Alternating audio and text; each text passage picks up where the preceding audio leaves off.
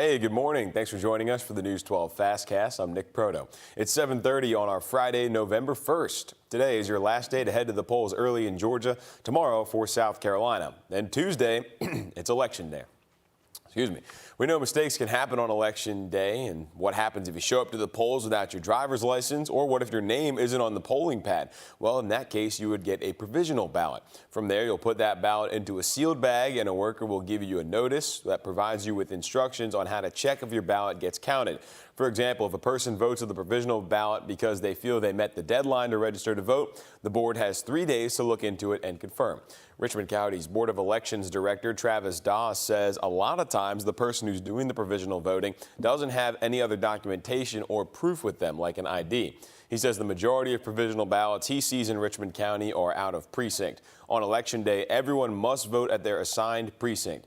Doss says if you show up to the wrong precinct after 5 o'clock, you will be able to vote with a provisional ballot.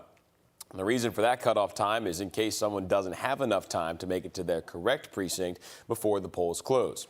Doss says those provisional ballots are spread out across the county, only about 20 to 30 provisional ballots during each election cycle, meaning it usually has very little impact on a particular race.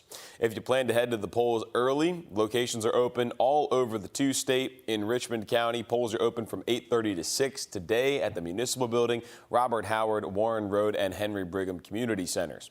Polls in Columbia County are open from 8 to 6. This is at the Uchee Creek Library, Building G3 at the Board of Elections Office and the School District Support Department complex.